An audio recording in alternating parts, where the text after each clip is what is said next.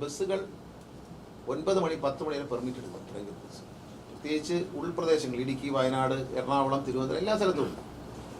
രാത്രി 9 മണി 10 മണി വരെ പെർമിറ്റ്. പക്ഷേ ഇവർ ഈ പെർമിറ്റ് 6-6:30 മണിയാകുമ്പോൾ വണ്ടി ഒതുക്കും, കഴുകണം എന്നൊക്കെ പറഞ്ഞിട്ട് വണ്ടി ഒതുക്കും. പിന്നീട് അവർ പറയുന്നത് ആളില്ല, ആൾ കുറവാണ്, KSRTC ഓടിക്കോട്ടെ എന്നാണ്. അത് പറ്റില്ല. KSRTC ഓടും. അതുവരെ KSRTC ഓടിക്കൊണ്ടിരിക്കുന്ന റൂട്ടുകളിൽ KSRTC രാത്രി വരെ ഓടാറുണ്ട്, ലാസ്റ്റ് ട്രിപ്പ് വരെ. പക്ഷേ ഇനി മുതൽ ഇത്തരം പ്രദേശങ്ങളിൽ പ്രൈവറ്റ് ബസ്, ഇപ്പോൾ 5 ബസ് ഓടുന്നു, ഫോർ എക്സാമ്പിൾ 5 ബസ് ഓടുന്ന ഒരു സ്ഥലത്ത് ഇത് പരാതി പറയേണ്ട കാര്യമില്ല, എല്ലാവരും ശ്രദ്ധിക്കുക. 5 ബസ് ഓടുന്ന ഒരു സ്ഥലത്ത് ഒരു വണ്ടി രാത്രി 7 മണിക്ക് ശേഷം ഒരു സ്ഥലത്തേക്ക് പോവുകയും 8 മണിക്ക് ശേഷം ലാസ്റ്റ് ബസ് എന്ന നിലയിൽ തിരിച്ചു വരികയും ചെയ്യണം. ഇന്ന് പോകുന്ന വണ്ടി, ഇപ്പോൾ ഫോർ എക്സാമ്പിൾ A എന്ന് പറയുന്ന ആളുടെ വണ്ടി ഇന്ന് പോവുകയാണെങ്കിൽ നാളെ B എന്ന് പറയുന്ന ഓണറുടെ വണ്ടി പോകണം. 5 വണ്ടികളുണ്ടെങ്കിൽ ഈ 5 വണ്ടിയും ടേൺ വെച്ചിട്ട് എല്ലാ ദിവസവും ലാസ്റ്റ് ട്രിപ്പ് ഓടിയേ പറ്റും രാത്രി വരെ. അല്ലാത്ത പക്ഷം പെർമിറ്റ് ലംഘിച്ചു എന്ന പേരിൽ ചാർജ് ചെയ്യുകയും അവരുടെ പെർമിറ്റുകൾ റദ്ദാക്കുകയും ചെയ്യും. സസ്പെൻഡ് അല്ല, റദ്ദാക്കി കളയും.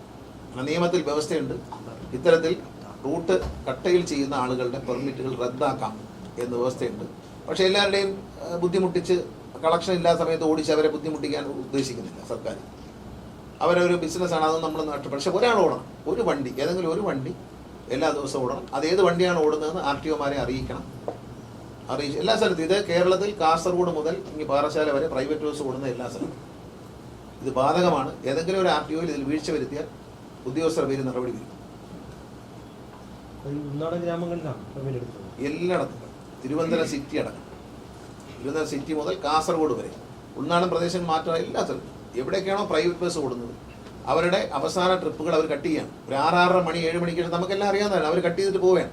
പിന്നെ യാത്രക്കാർക്ക് അവിടെ രക്ഷയില്ല. രാത്രിയായി കഴിഞ്ഞാൽ രാത്രിയിൽ കൊണ്ടുപോകണമെങ്കിൽ KSRTC തന്നെ വരണം. അപ്പോൾ അതുകൊണ്ട് KSRTC ഓടുന്നിടത്തെല്ലാം നമ്മൾ ലാസ്റ്റ് ട്രിപ്പ് വരെ ഓടാറുണ്ട്. എന്ന് പറഞ്ഞതുപോലെ ഇവരും ലാസ്റ്റ് ട്രിപ്പ് വരെ ഓടേണ്ടവരാണ്. പക്ഷേ കളക്ഷൻ കുറവാണെന്നൊക്കെ ഉള്ള അവരെ പരാതി വേണ്ട, അവർക്കും ഒരു നഷ്ടം വരണ്ടെന്ന് കരുതിയിട്ട് ജനങ്ങൾക്ക് ഉപകാരപ്രദമായി ഒരു വണ്ടി, മൺഡേ ഒരു വണ്ടി, പർട്ടിക്കുലർ വണ്ടിയാണ് ഓടുന്നതെങ്കിൽ ട്യൂസ്ഡേ മറ്റൊരു വണ്ടി ഓടും,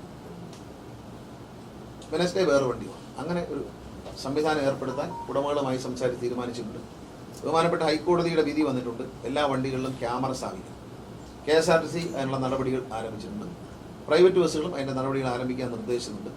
മാർച്ച് മാസം വരെ അവർക്കത് ഫിറ്റ് ചെയ്യാൻ സമയം കൊടുക്കണം. വാങ്ങാനും വയ്ക്കാനും ഒരു സമയം കൊടുക്കുക എന്നുള്ളത് ഒരു ജനാധിപത്യ മര്യാദയാണ്. കോടതി വിധി നമുക്ക് കയ്യിൽ കിട്ടിയിട്ടില്ല എങ്കിൽ പോലും മാർച്ച് മാസം വരെ അവർക്ക് വണ്ടി ക്യാമറ വയ്ക്കാൻ സമയം കൊടുക്കാം. മാർച്ച് മാസം കഴിയുമ്പോഴേക്കും എല്ലാ വണ്ടികളുടെയും മാർച്ച് മാസത്തോടെ എല്ലാ വണ്ടികളും ക്യാമറ വെച്ച് മോട്ടോർ വെഹിക്കിൾ ഉദ്യോഗസ്ഥരെ ബോധ്യപ്പെടുത്തുക. കോടതി വിധി നടപ്പിലാക്കുന്നതിൻ്റെ ഭാഗമായിട്ടാണ്. അതിനൊരു നാളെ രാവിലെ എല്ലാവരും ക്യാമറ വെച്ചോണം എന്ന് പറഞ്ഞാൽ അത് കിട്ടാത്തതിൻ്റെ പ്രശ്നം ഉണ്ടാകും. അതിനൊരു മാർക്കറ്റിൽ ഒരു കച്ചവടവും കൊള്ളയൊക്കെ ഉണ്ടാകും. അതൊക്കെ നമ്മൾ മനസ്സിലാക്കണം. അതുകൊണ്ട് ഒരു ടൈം കൊടുക്കുകയാണ്. കോടതി വിധി ഞങ്ങൾ കൈവശം കിട്ടിയിട്ടില്ല. അത്തരത്തിൽ വിധി വന്നിട്ടുണ്ട്. സിംഗിൾ ബെഞ്ചിൻ്റെ വിധി വന്നു. അതിന്മേൽ പ്രൈവറ്റ് ബസ്സുകാർ അപ്പീൽ പോയി. അത് തള്ളിക്കൊണ്ട് ഡിവിഷണൽ ബെഞ്ചിൻ്റെ വിധി ഇന്നലെ വന്നിട്ടുണ്ട്. അപ്പോൾ അത് വന്നില്ലെങ്കിൽ പോലും നമ്മൾ അത് നടപ്പിലാക്കുന്നു. ആ വിധി മാനിച്ചുകൊണ്ട് നമ്മൾ അവർക്കൊരു സമയം കൊടുക്കുക ഇത് വാങ്ങി വിറ്റ് ചെയ്യാൻ മാർച്ച് മാസം.